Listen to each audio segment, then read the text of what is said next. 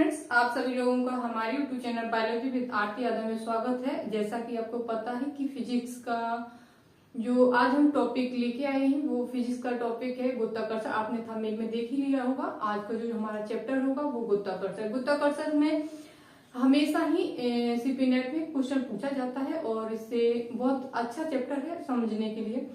यह इसे अच्छे से समझेंगे तो कोई भी रटने वाली बात नहीं। इससे न्यूमेरिकल, इससे विमा और मात्रक पूछे जाते हैं। ठीक है, तो सबसे पहले हम देखते हैं गुरुत्वाकर्षण। गुरुत्वाकर्षण का जो नियम है वो किसने दिया था? न्यूटन ने दिया था। ठीक है, गुरुत्वाकर्षण का जो नियम है न्यूटन के द्वारा दिया गया था। उन्होंने परिभाषा दी थी कि F बराबर, एक सूत्र निकाला था, F बराबर G m1 m2 बटे आर स्क्वायर। जहाँ पे आपका G है वो गुरुत्वाकर्षण नियतांक है। क्या है? गुरुत्वाकर्षण नियतांक, गुरुत्वाकर्षण नियतांक है। और ये m1 द्रव्यमान है, m2 द्रव्यमान, दो पिंड है। देखिए, इसकी एक परिभाषा की बात करें तो होगी, परिभाषा जो आपकी बनेगी वो बनेगी, दो पिंडों के बीच कार्य करने वाले आकर्षण बल, दो पिंड है m1 और m2, कार्य करने वाले आकर्षण बल उनके द्रव्यमानों के गुणनफल के अनुपाती, मतलब अनुपाती सीधे सीधे। F जैसे अनुपाती का जो चिन्ह होता है ये होता है द्रव्यमानों के अनुपाती और उनके बीच की दो पिंड है। जैसे दो पिंड है, ये पिंड मान लीजिए, पृथ्वी मान ले, ये चंद्रमा मान ले। ठीक है, इनके द्रव्यमानों के अनुपाती तथा इनके बीच की जो दूरी होगी उनके वर्ग के व्युत्क्रमानुपाती होता है, उनके वर्ग के व्युत्क्रमानुपाती होता है, दूरी के वर्ग के व्युत्क्रमानुपाती होता है। ठीक है, आपको समझ में आ गया होगा। ठीक है, ये नियम किसने दिया था? गुरुत्वाकर्षण का जो नियम है वो किसने दिया था? न्यूटन के द्वारा दिया गया था। उन्होंने एक सूत्र निकाला था, क्या है? F बराबर G m1 m2 बटे आर स्क्वायर। तो अब बात करते हैं इसका मात्रक क्या होगा? बल का मात्रक क्या होता है? न्यूटन। तो इसका मात्रक क्या हो जाएगा? न्यूटन। अब न्यूटन की बल बराबर, एक आपने सूत्र पढ़ा होगा, F बराबर ma। यदि बल का विमा हमें निकालनी है तो कैसे निकालेंगे? F बराबर ma। m का द्रव्यमान और a क्या है? त्वरण। तो m का क्या हो जाएगा? इसकी विमा निकाले m, और त्वरण की जो विमा होती है L t पे पावर -2। ठीक है, तो जो बल का विमा पूछा जाए तो क्या हो जाए? m L t की पावर -2। ठीक है, आई होप आप सब लोगों को समझ में आ गया होगा। ठीक है, विमा पूछी जाए तो क्या हो जाएगी? m L t की पावर -2, और इसका मात्रक पूछा जाए तो बल का मात्रक क्या होता है? न्यूटन। और गुरुत्वाकर्षण का नियम ये पूछा जाए तो उसका जो मात्रक, उसका जो सूत्र है वो है F बराबर G m1 m2 बटे आर स्क्वायर। ठीक है, अब बात करते हैं गुरुत्वाकर्षण नियतांक। गुरुत्वाकर्षण नियतांक G का मान पूछा जाता है। ठीक है, G बराबर 6.67 गुणे 10⁻⁻11। ठीक है, इसका मात्रक यह बात करें तो न्यूटन इंटू मीटर स्क्वायर बटे किलोग्राम स्क्वायर। देखिए, कोई रटना नहीं होता है। देखो, यदि हम निकाले तो यहीं से इसका मात्रक कैसे निकल आएगा? कोई चीज रटी नहीं जाती है, यदि निकाले तो यहीं से निकाले। देखो, जी का मान G बराबर, ये इधर R बटे में है तो इधर इसके साथ F के साथ गुणा हो जाएगा, बल गुणे आर स्क्वायर बटे m1 m2। अब बल का मात्रक क्या होता है? न्यूटन। ठीक है, और न्यूटन इंटू, और दूरी का मात्रक क्या होता है? मीटर। ठीक है, तो मीटर स्क्वायर, यहाँ पे स्क्वायर है, और बटे किलोग्राम का क्या होता है? केजी, किलोग्राम, क्योंकि ये द्रव्यमान है तो इसका मात्रक क्या होता है? KG, kilogram square. ठीक है, यही निकल आया, कोई रटने की बात नहीं है। ठीक है, यहाँ पे मीटर स्क्वायर। ठीक है, आई होप आपको समझ में आ गया होगा। अब इसकी विमा निकाले तो देखो क्या होगी। विमा निकालते हैं तो न्यूटन की, अभी हमने आपको बताया कि बल की विमा क्या होती है? m L t की पावर -2 गुणे दूरी की विमा क्या होती है? L, और तो स्क्वायर हो जाएगा, और किलोग्राम की m स्क्वायर। दिख नहीं रहा? देखो, एक मिनट रुकना, यहाँ पे विमा, यहाँ पे निकालते हैं। न्यूटन की विमा यहाँ पे दिख रहा है, इसकी विमा निकाल रहे। ठीक है, न्यूटन की विमा क्या है? m L t की पावर -2, और दूरी की क्या है? L स्क्वायर, और किलोग्राम की m स्क्वायर। ठीक है, अब ये ऊपर जाएगा तो क्या हो जाएगा? ये प्लस का है, यहाँ पे ऊपर जाएगा तो माइनस, तो -2 में से 1 घटाएंगे तो क्या बनेगा? -1 बचेगा और L 2 ये और 3 हो जाएंगे और T की पावर -2 ये इसकी विमा हो जाएगी जी की। ठीक है, गुरुत्वाकर्षण नियतांक की विमा बहुत ज्यादा पूछी जाता है, इसका मात्रक भी बहुत ज्यादा पूछा जाता है, उसकी विमा भी पूछी जाती है, तो आप इस तरह निकाल सकते हैं। रटने की कोई बात नहीं है, नहीं कोई आपको रटना है, क्योंकि कोई सब्जेक्ट नहीं रटा जाता और फिजिक्स तो बिल्कुल नहीं रटी जा सकती। आप समझने की कोशिश कीजिए। ठीक है, यहाँ आपको समझ में आ गया होगा। ठीक है,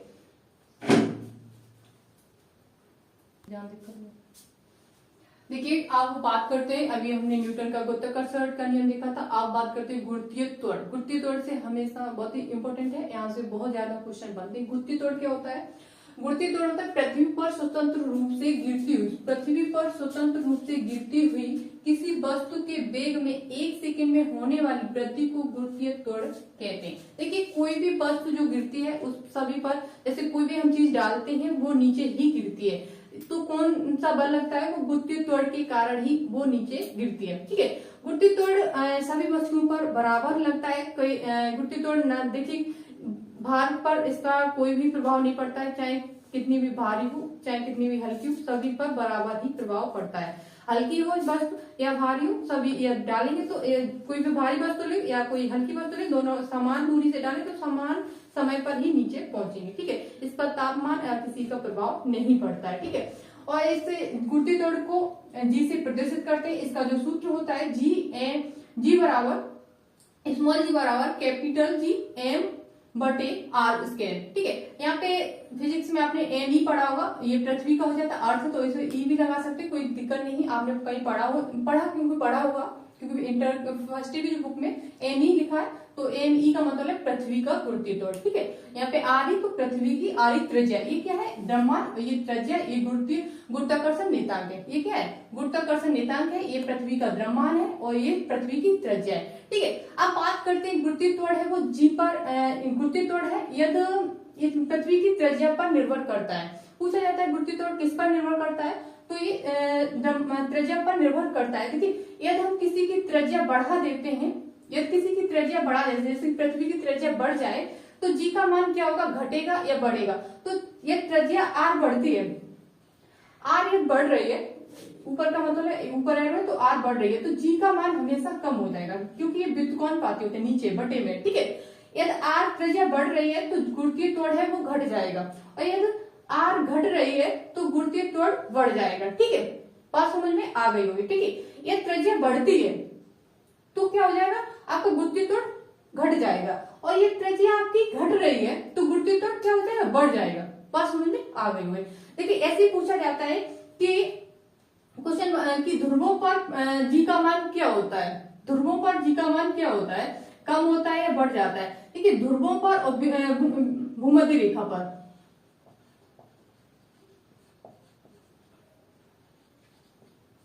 ध्रुवों पर और भूमध्य रेखा पर पूछा जाता है कि जी का मान घटता है या बढ़ता है। या तो देखिए हमारी जो पृथ्वी है वो इस तरह की है, चपटी,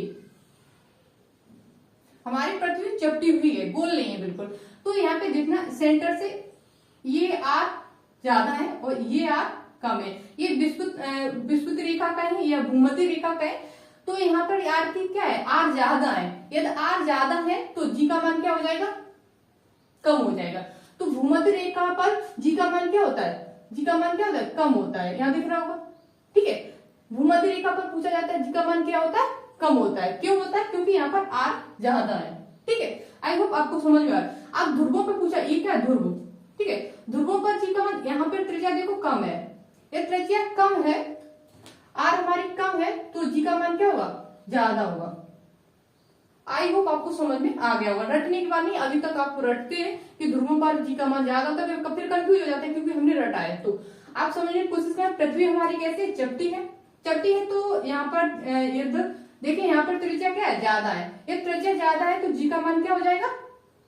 कम हो जाएगा। त्रिज्या ज्यादा है, जी का मान क्या हो जाएगा? तो भूमध्य रेखा पर जी का मान क्या होता है? कम होता है, और ध्रुवों पर जी का मान क्या होता है? यहाँ पे त्रिज्या कम है तो जी का मान ज्यादा हो जाएगा। ठीक है, और ये बात करते हैं तो जी का जो मान होता है वो कितना होता है? स्मॉल जी का मान कितना होता है?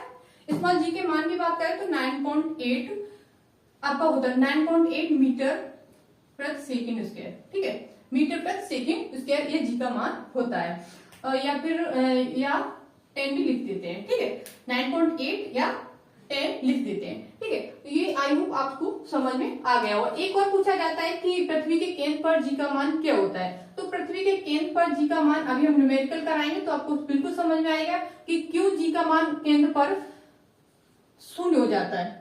पृथ्वी के केंद्र पर जी का मान क्या हो जाता है, शून्य हो जाता है। कैसे होता है अभी हम न्यूमेरिकल कराएंगे तो आपको बिल्कुल सही समझ में आ जाएगा। इसके बाद हम उसे देखेंगे, ठीक है। न्यूमेरिकल में तो सूत्र होता है वो होता है जी बराबर स्मॉल जी बराबर कैपिटल जी एम ई बटे आर ई स्क्वायर, ठीक है। ये पृथ्वी पर है इसका, ठीक है। यदि हम पृथ्वी से ऊंचाई पर जाएं तो जी का जो सूत्र बनेगा वो हमारा बनेगा जी एम ई बटे आर ई प्लस एच का स्क्वायर, ठीक है। और यदि हम जी की गहराई पर जाते हैं, यदि हम पृथ्वी की गहराई पर जाते हैं तब इसका जो सूत्र बनेगा जी डैश बराबर जी स्मॉल जी 1 माइनस एच बटे आर ई, ठीक है। तब ये इसका सूत्र बनेगा। इससे क्वेश्चन पूछे जाते हैं यदि हम पृथ्वी के ऊंचाई पर जाते हैं, पृथ्वी के गहराई पर जाते हैं। इसमें मतलब जैसे पृथ्वी की त्रिज्या के बराबर हम ऊंचाई पर जाते हैं, जैसे कि ऐसे पूछा जाएगा कि यदि कोई पिंड कोई पृथ्वी की ऊंचाई, जो पृथ्वी की जो त्रिज्या है उसकी ऊंचाई के बराबर, मतलब ये त्रिज्या है उसकी ऊंचाई के बराबर कोई ऊंचाई पर जाता है तो जी का मान कितना होगा, ठीक है। तो ये जी पृथ्वी की त्रिज्या और इसकी ऊंचाई वो है, वो क्या है, इसी के बराबर है। तो ये दोनों क्या हो जाते हैं, ऊंचाई है वो त्रिज्या के बराबर है। तब पूछा जाता है तो जी बराबर एम ई बटे आर, दोनों यहाँ पे एच है वो आर के बराबर, तो 2r हो जाते हैं। तो ठीक है, यदि हम पृथ्वी की त्रिज्या के बराबर ऊंचाई पर जाते हैं तो जी डैश का जो मान हो जाता है, अब इतना ये देखो ये क्या है, जी है, जी बराबर यही तो लिखा है, ठीक है। तो जी बराबर क्या हो जाएगा, जी डैश बराबर हो जाता है जी बटे 2। तो वहां पर जी का जो मान होता है 1/2 हो रह जाता है, ठीक है। यदि हम पृथ्वी की त्रिज्या के बराबर ऊंचाई पर जाते हैं तो जी का जो मान, गुण तोड़ का जो मान है वो 1/2 रह जाता है, ठीक है। आई होप आपको समझ में आ गया होगा। देखिए एक पॉइंट और इम्पोर्टेंट है, जो जी का मान है वो आपका पृथ्वी की सतह पर सबसे अधिक रहता है। यदि हम पृथ्वी से ऊंचाई पर जाएं या पृथ्वी की नीचाई गहराई पर जाएं तो जी का मान घट जाता है। ये भी एक इम्पोर्टेंट पॉइंट है, ठीक है। ध्रुवों पर क्या होता है, अभी मैंने आपको बताया, ध्रुवों पर जी का मान क्या होता है, कम होता है ज्यादा, त्रिज्या कम है तो जी का मान क्या होगा, ज्यादा होगा, ठीक है। तो यहाँ पे ध्रुवों पर जी का मान क्या हो जाता है, ज्यादा, ठीक है, बढ़ जाता है। और विस्तृत रेखा है, भूमध्य रेखा पर बात करें तो आपका जी का मान क्या हो जाता है, कम हो जाता है क्योंकि त्रिज्या ज्यादा है। केंद्र पर बात करें तो आपका जी का मान क्या हो जाता है, 0 हो जाता है, ठीक है। आप सतह पर बात करें तो सतह पर जो जी का मान होता है अधिक होता है। और यदि हम पृथ्वी की सतह या गहराई पर जाएं, पृथ्वी की गहराई या ऊंचाई पर जाते हैं तो जी का मान है कम हो जाता है, ठीक है। जितना हम जाएं उसके हिसाब से कम हो जाता है। अभी हम इसके संबंधित न्यूमेरिकल कराएंगे तो आपको पता चल जाएगा। यदि पृथ्वी की सतह से नीचे जाते हैं या ऊपर जाते हैं तो जी का मान कम हो जाता है, ध्रुवों पर अधिक होता है, भूमध्य रेखा या विस्तृत रेखा पर कम होता है और केंद्र पर जी का मान 0 होता है। इतना आई होप आप सभी लोगों को समझ में आ गया होगा। अब न्यूमेरिकल से कराएंगे, जी का मान कहाँ पे अभी हम कराएंगे, ऊंचाई पर जाने पर इसे न्यूमेरिकल संबंधित रहते हैं तो वो कराएंगे तो आपको समझ में आ जाएगा। नेक्स्ट देखते हैं न्यूमेरिकल इसके। पृथ्वी की त्रिज्या के बराबर ऊंचाई पर चला जाए तो जी का मान क्या होगा। इसी तरह से आपसे सवाल पूछा जाएगा, पृथ्वी की त्रिज्या आर की ऊंचाई के बराबर, मतलब आर जितनी है उतनी ही ऊंचाई पर पृथ्वी से चला जाए तो जी का मान क्या होगा। अभी मैंने आपको सूत्र बताया था, जी बराबर कैपिटल स्मॉल जी बराबर कैपिटल जी एम ई बटे आर स्क्वायर। यदि ऊंचाई पर जा रहे हैं तो आर प्लस एच, यही फार्मूला बताया था क्या, स्क्वायर, ठीक है। अब यहाँ पे देखना जी एम ई बटे आर है वो एच के बराबर, तो दोनों जगह हम आर लिख देंगे, ठीक है। आर है एच है वो आर के बराबर है, ठीक है। तो हम एच की जगह क्या लिख देंगे, आर का स्क्वायर, ठीक है। तो जी बराबर जी एम ई बटे 2r स्क्वायर। इसका जब वर्ग करेंगे तो क्या हो जाएगा, जी एम ई बटे 4r स्क्वायर, ठीक है। तो इसकी जगह हम क्या लिख सकते हैं, इतनी जगह इसकी जगह हम लिख सकते हैं जी डैश बराबर जी बटे 4। ठीक है, तो जो गहराई पर यदि हम पृथ्वी की त्रिज्या की गहराई की पृथ्वी की त्रिज्या के बराबर ऊंचाई पर जाएं तो जी का मान है वो कितना रह जाएगा, 1/4 रह जाएगा। कितना रह जाएगा, 1/4 रह जाएगा। इस तरह सवाल आपसे पूछे जाते हैं और ज्यादा सवाल मतलब इतना ज्यादा भी डीपली नहीं आएगा आपका कि बहुत ज्यादा डीपली आए नीट के बराबर। इसी तरह से सवाल पूछे जाते हैं जनरली, तो आपको ये याद रखना है। ठीक है, नेक्स्ट न्यूमेरिकल देखते हैं। देखिए अभी हमने आपको बताया था कि पृथ्वी की त्रिज्या के बराबर ऊंचाई पर चले जाएं, अब पृथ्वी की त्रिज्या के बराबर गहराई पर चले जाएं तो जी का मान क्या रह जाएगा। तो जी का मान यहाँ पे त्रिज्या r है वो गहराई कितने बराबर रह जाएगी, मतलब जो अब जाएंगे हम पृथ्वी की गहराई पर जाएंगे। ठीक है, अभी हम ऊंचाई पर जा रहे थे तब तो r बराबर वहां पर अब गहराई के लिए भी हम h ही लिखेंगे। ठीक है, r है वो किसके बराबर हो जाएगी, h। ठीक है, तो हमने आपको सूत्र जो बताया था वो गहराई के लिए बताया था, जी डैश बराबर जी 1 माइनस h बटे r, यहाँ गहराई है। ठीक है, तो जी डैश बराबर जी 1, r की जगह h की जगह हम r रखेंगे बटे r, काट देंगे तो 1 आएगा। ठीक है, तो जी 1 माइनस 1 तो क्या हो जाएगा आपका, जी डैश बराबर 0। देखिए अभी हमने आपको बताया था कि जब हम पृथ्वी के केंद्र पर जाते हैं तो जी का मान है वो 0 हो जाता है। पृथ्वी के केंद्र पर जाते हैं तो जी का मान जितनी त्रिज्या इधर है, मतलब ये दोनों ही त्रिज्या जितनी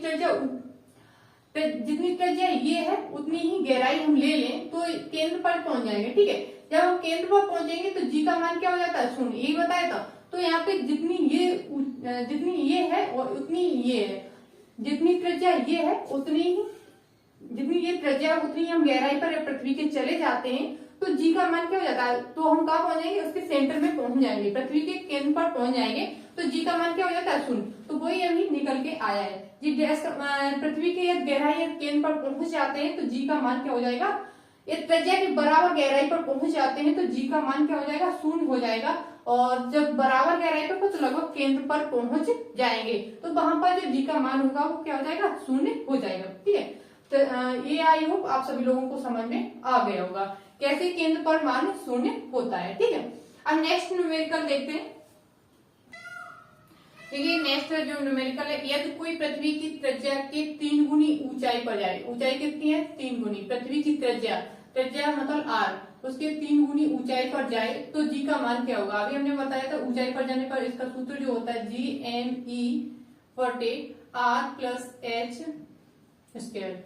ठीक है, अब ऊंचाई कितनी है, पृथ्वी की त्रिज्या के 3 गुनी, तो जी एम ई, यहाँ पे जी डैश लगा लो। ठीक है, r प्लस 3r,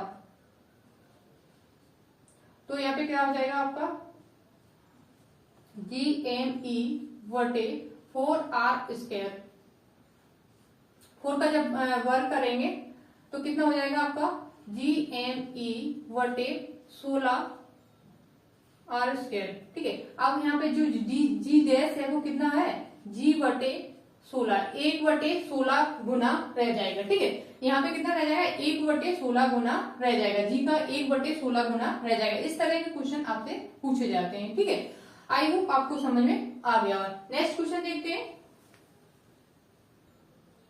देखिए पिछली बार आपका इस तरह का क्वेश्चन जो पूछा गया था, 78 केजी के एक व्यक्ति का भार चांद पर क्या होगा। ठीक है, देखिए चांद पर जी का मान है, देखिए भार है वो जी पर निर्भर करता है, भार है वो किस पर निर्भर करता है, जी पर। भार W बराबर mg, भार किसी का जब निकालेंगे तो वह गुरुत्वीय त्वरण पर निर्भर करता है। ठीक है, और चंद्रमा पर गुरुत्वीय त्वरण है वो पृथ्वी के गुरुत्वीय त्वरण का 1/6 होता है। चंद्रमा पर गुरुत्वीय त्वरण कितना होता है, पृथ्वी की गुरुत्वीय त्वरण का, पृथ्वी पर जो जी का मान होगा उसका 1/6 चंद्रमा पर होता है। चंद्रमा पर कितना होता है, पृथ्वी के गुरुत्वीय त्वरण का 1/6 होता है। लेकिन ये देखिए चंद्रमा पर जो जी का मान होगा आपके चंद्रमा या चांद पर जो जी का मान होगा वो पृथ्वी के जी का मान का 1/6 होता है, लेकिन इस क्वेश्चन में आपका जी का मान दिया गया है, वही हमें रखना है। ठीक है, तो जो आपका भार है वो किस पर डिपेंड करता है, आपका भार है वो आपका डिपेंड करता है द्रव्यमान गुणे जी, मतलब गुरुत्वीय त्वरण पर निर्भर करता है। तो यहाँ पे हम क्या करेंगे, भार बराबर एम जी, एम कितना दिया गया, ये क्या है द्रव्यमान, तो ये कितना है 78, और जी का मान हमें दिया गया है, यदि दिया गया है तो हम वही रखेंगे, यदि नहीं दिया जाता है तो जी का मान हम 1/6 कर देंगे। जो पृथ्वी पर जी का मान 9.8 होता है, इसका 1/6 कर देंगे, या 10 का 1/6 कर देंगे। ठीक है, इस तरह हम निकाल सकते हैं। ठीक है, और नहीं तो अधिकांश दिया जाता है। ठीक है, तो 78 केजी है, और जी का मान कितना गया 1.63। जब इनका मल्टीप्लाई करेंगे तो आपका जो बनेगा वो आपका बनेगा जाके, तो जब इसका गुणा करेंगे तो इसका हो जाएगा 127.14, आप कर लेना। ठीक है, न्यूटन भार है वो, भार का जो मात्रक होता है वो न्यूटन होता है। भार एक प्रकार का बल है, भार क्या है, एक प्रकार का बल है। यदि पूछा जाए भार क्या है, तो भार एक प्रकार का क्या है, बल है। क्या है, भार एक प्रकार का क्या है, बल है।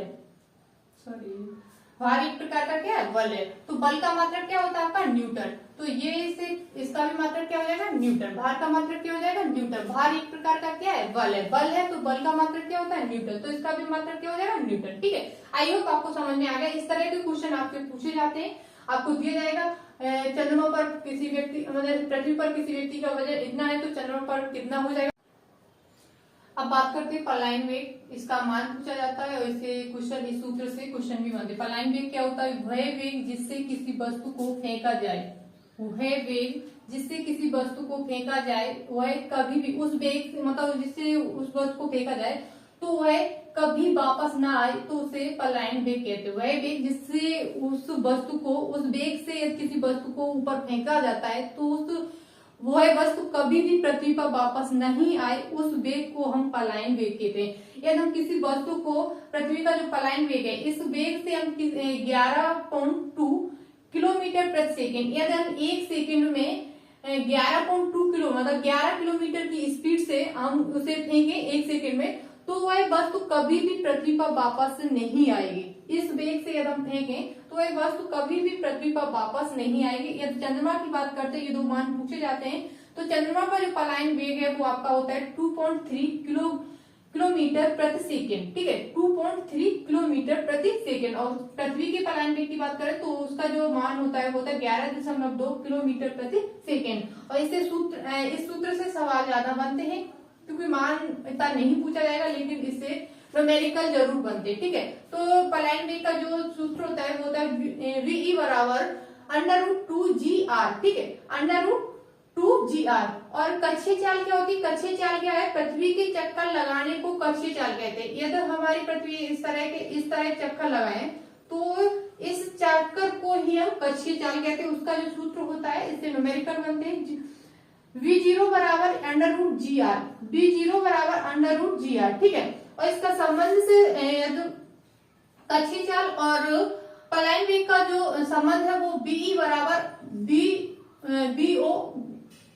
BO गुणे √2। ठीक है, देखिए वो कैसे निकला है, इसका जो संबंध कैसे निकला, देखिए BE बराबर √2 ही तो ज्यादा है, तो √2 का गुणा कर देंगे GR में तो ये निकल आएगा। ठीक है, तो ये इस तरह के सवाल बनते हैं। ठीक है, इससे न्यूमेरिकल बहुत ज्यादा बनते हैं। इन दोनों सूत्रों से पलायन वेग मान पूछा जाता है, कभी कभार पूछ भी लिया जाता है, ऐसा नहीं कि पूछा नहीं जाता। आपको याद रखना है पलायन वेग का जो मान है वो 11.2 किलोमीटर प्रति सेकेंड है, और चंद्रमा का पलायन वेग 2.3 किलोमीटर प्रति सेकेंड है। ठीक है, इस वेग से यदि हम किसी भी वस्तु को ऊपर फेंकते हैं वो कभी भी वापस नहीं आएगी। ठीक है, तो आई होप आप सभी लोगों को समझ में आ गया होगा, और आज हम इतना ही रखते हैं। नेक्स्ट वीडियो में इससे केपलर के जो नियम है उससे सवाल बनेंगे, और इससे जो गुरुत्वाकर्षण से जो भी सवाल बनेंगे उससे तो हम न्यूमेरिकल लेके आएंगे। और एक वीडियो अच्छी लगती है तो आप सभी लोग शेयर करें जरूर, दोस्तों के साथ शेयर करना बहुत अच्छी बात है। जब तक आप दूसरों का भला नहीं करेंगे तब तक आपका भी भला नहीं होगा। हमारा